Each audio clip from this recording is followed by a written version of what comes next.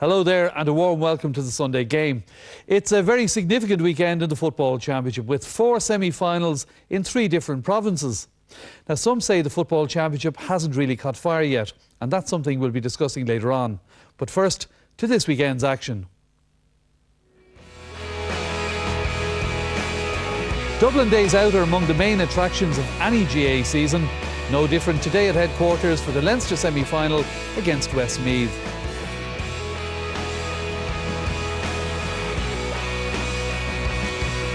Kildare and Laois contest Midlands bragging rights in Tullamore, along with a place in the Leinster football final. And who dares to speak of 2007? Can Sligo again surprise Galway in the Connacht Championship? And of course later we'll see Antrim take on Cavan in that exciting Ulster semi-final from last night. Now we're joined by Darragh Cinnéide, Kevin McStay and Tommy Lyons for their thoughts on the weekend. And later in the programme, a great name from Connacht football will reflect on his favourite GAA day. That's as part of our 125th anniversary celebrations. In the meantime, let's get straight to the action. Our first port of call is Croke Park, where Dublin, going for a 5th successive Leinster title, took on Westmeath. Commentary comes from Ger Canning.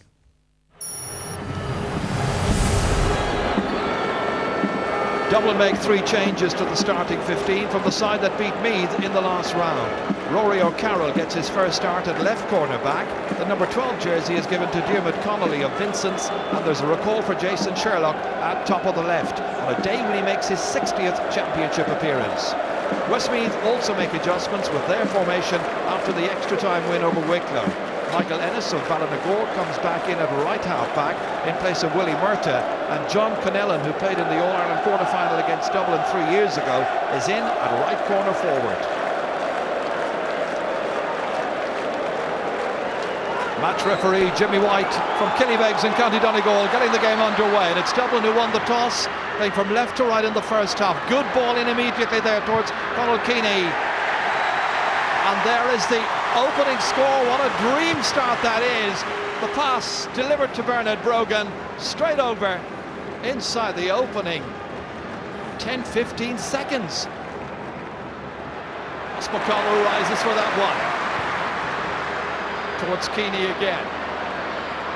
Again back towards Bernard Brogan, but this time taking a return onto the left, straight over. What a start. Well, he made the first one. He scored the second one, and Conal Keaney from Ballyboden St Enda's making it Dublin 2 points. Westmeath no score, and only a minute of the match gone. Well, Gary Connaughton now kicking into the wind, and he's kicked it straight to Ger Brennan.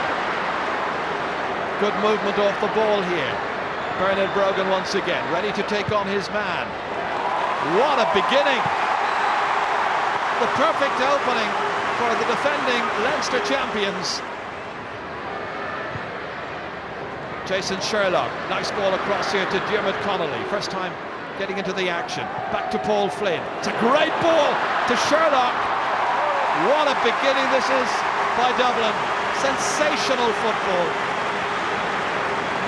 Making little of the Westmeath challenge so far, it has to be said. Great score. McConnell, nicely down. A great running of Conal Keaney, certainly paying off. And it's Alan Brogan who fires it in and over.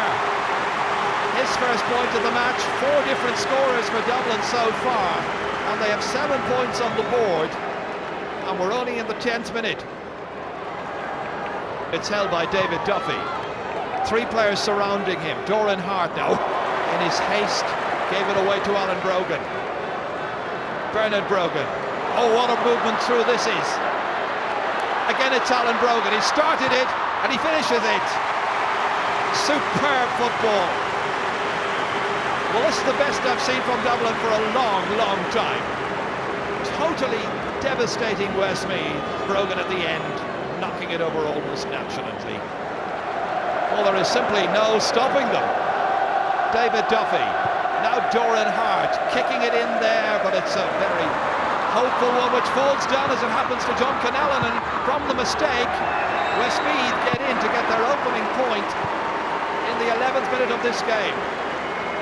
Now this should have been taken here by Dennis Bastick. Dropped it badly. Connellan rounded Rory O'Carroll, finished with aplomb. But it should have been dealt with much better by Dublin's number 3. So far, so good for Pat Gilroy's team. A really horrible beginning to this match for Tomás O'Flaherty's 15 from Westmeath. John Smith. It's terrible stuff at the back for Westmeath. What a completion by Bernard Brogan! And Bernard Brogan slips in for his second ever championship goal. Well, watch John Smith this. Give a horrible pass to John Keane. Bernard Brogan took command of the situation, finished superbly. His last goal was against Laois in the Leinster final 2 years ago. In 2009, he's got another, and Dublin are coasting.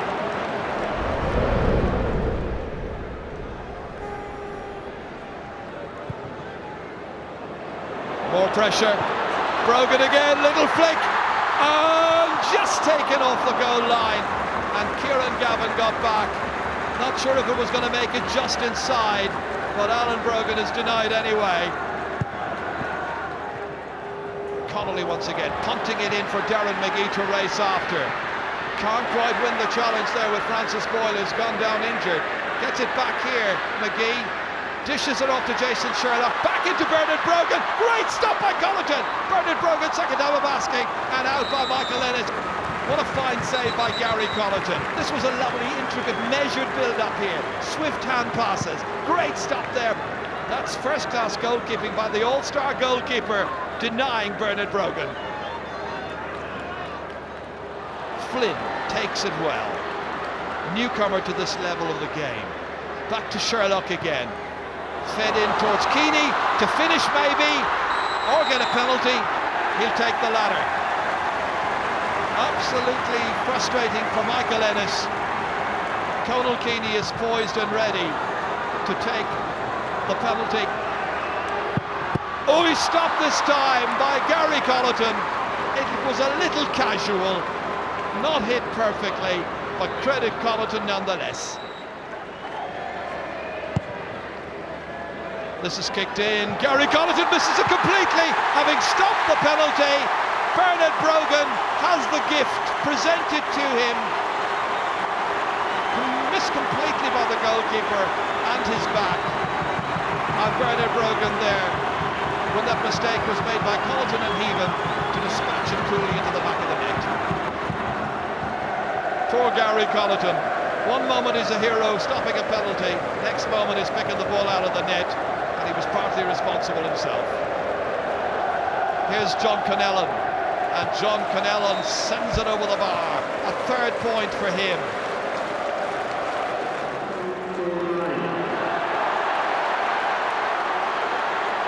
Shane Ryan, the floodgates have opened a long time ago. Darren McGee slips it in for goal number 3. It's an absolute rout. Darren McGee has never scored a goal before in championship football, but he has now, and it was Shane Ryan and Mossy Quinn who set up the midfielder who had drifted in front of Connaughton's goal to finish with style. 3:22 to 8 points. Shane Ryan again. Just too easy for Dublin. Has been from the word go. Jason Sherlock held onto it brilliantly. Gavin's trying to get back goal side. Sherlock is superb. 5 points, rolling back the years. Same old wonderful Jason Sherlock as it was when he was a 19-year-old, winning his All-Ireland medal back in 1995. And now Dennis Bastick fancies his chances. Was a midfielder, of course, when he came into the Dublin team first in the league a couple of years ago. Mossy Quinn. Here's another one. Oh, it's far, far too easy.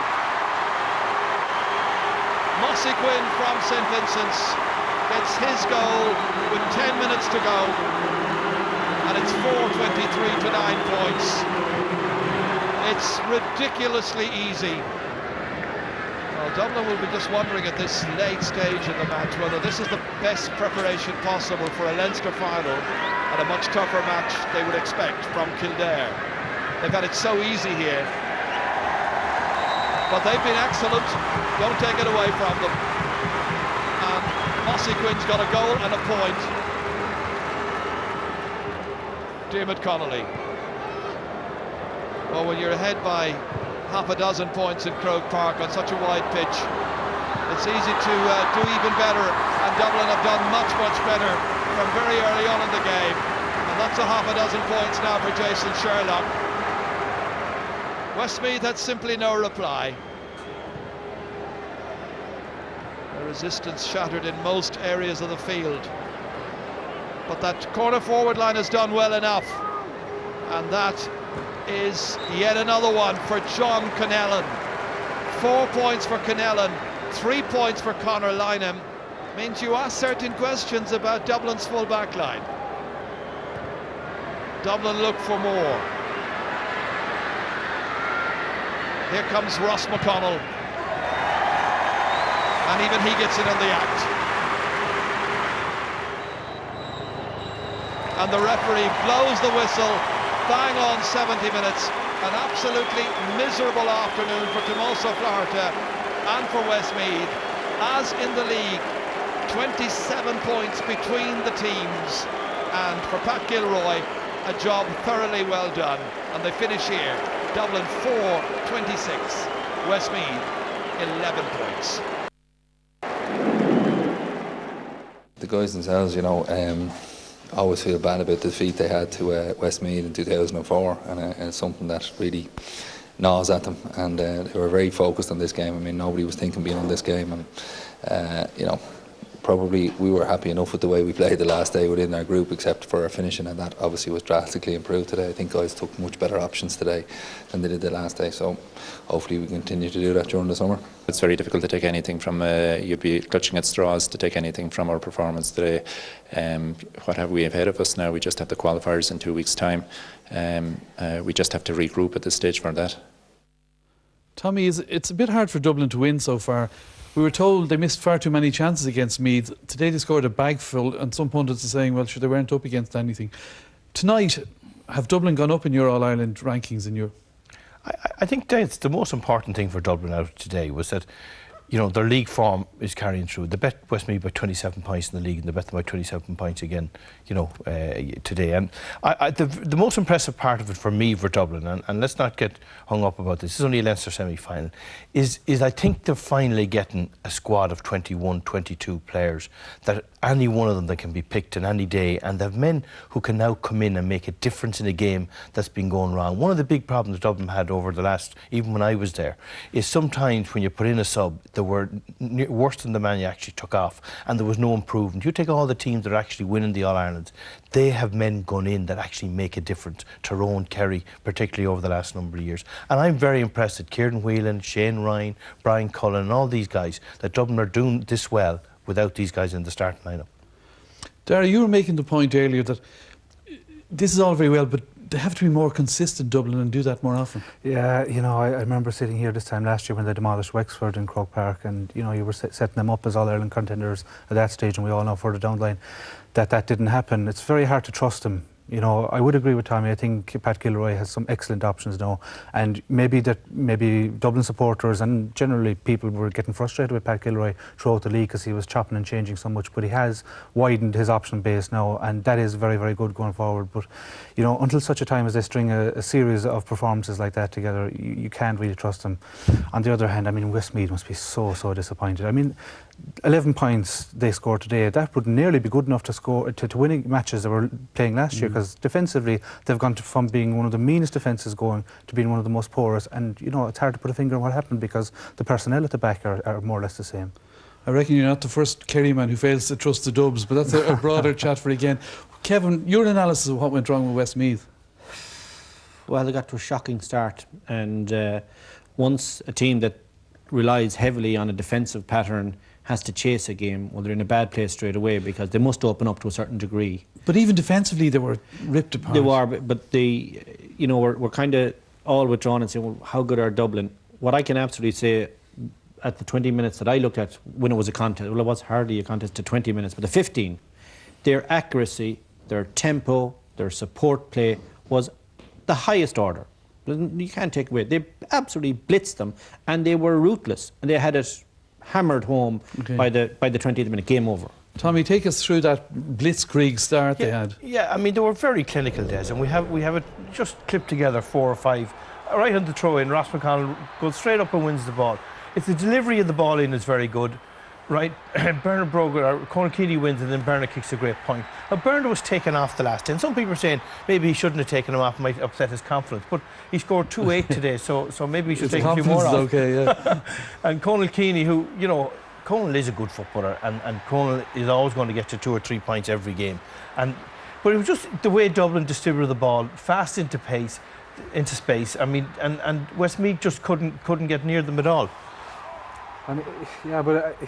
The Westmeath tackling last year was so much better than this. Like, it has to be put into context. I agree, they did, and when Dublin do get a run on you like that, with the crowd behind them, they can be very, very hard to stop, as they did today. And if there was a contest, this was the period of the game when it was a contest. But they're scoring there from 30 yards, though, Darren, aren't they? I mean, it's not from 40. They've addressed the issue that we were all complaining about a couple of weeks ago, that they weren't able to kick their scores. They've answered that question, but there were so many questions that weren't asked them. Again, I would be loath to trust them until such a time as they're doing it under pressure, which they will be in a couple of weeks' time against Kildare. All right. Now, you were watching McGee's goal as well, and you felt it showed a lot of the movement was going on. I suppose it epitomised all that was good about Dublin today, and Darren McGee is a kind of a conundrum for all Dublin management. Previous management maybe didn't trust him as much as Pat Gilroy, but he catches this ball, starts to move himself and takes off, and he shows he's a powerful athlete. I saw him a couple of years ago in a league game in Killarney in 2006, and he absolutely clean carry out on kick-outs. But this is a side to him we're seeing a bit more. We saw it with Kilmacud as well this year. And the finish with his weaker foot, deft, subtle little touch. He'd be very happy with that, Darren. And the way he demanded the ball as well, he's taken a bit more responsibility. I think he's responding to the trust being placed on him by Pat Gilroy. All right.